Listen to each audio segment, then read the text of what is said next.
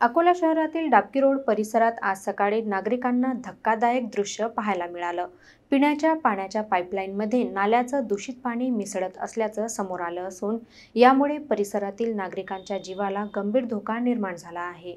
अकोला शहरातील डाबकी रोड परिसरात आज सकाळी घडलेली ही घटना नागरिकांच्या अंगावर शहारे आणणारी आहे। गजानन महाराज मंदिराजवळील नाल्यातून जाणाऱ्या पिण्याच्या पाण्याच्या पाईपलाईनमध्ये मोठं लिकेज झाल्याचं समोर आलं आहे। त्यामुळे नाल्याचं दूषित घाण पाणी थेट पिण्याच्या पाण्यात मिसळत आहे। या पाण्याचा वापर करून नागरिकांना विविध आजारांचा गंभीर धोका निर्माण झाला आहे।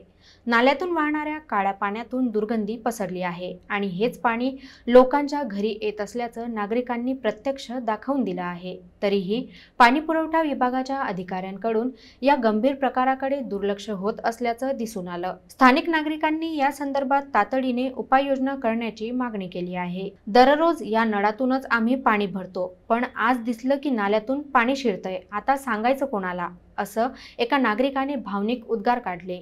पाण्याच्या पाईपलाईनचं योग्य नियोजन आणि नियमित तपासणी न झाल्याने अशा घटना वारंवार घडत आहेत। प्रशासनाने तातडीने या पाईपलाईन दुरुस्तीचे आदेश द्यावेत आणि नागरिकांना स्वच्छ सुरक्षित पाणी पुरवठा करावा अशी मागणी डाबकी रोड परिसरातून होत आहे।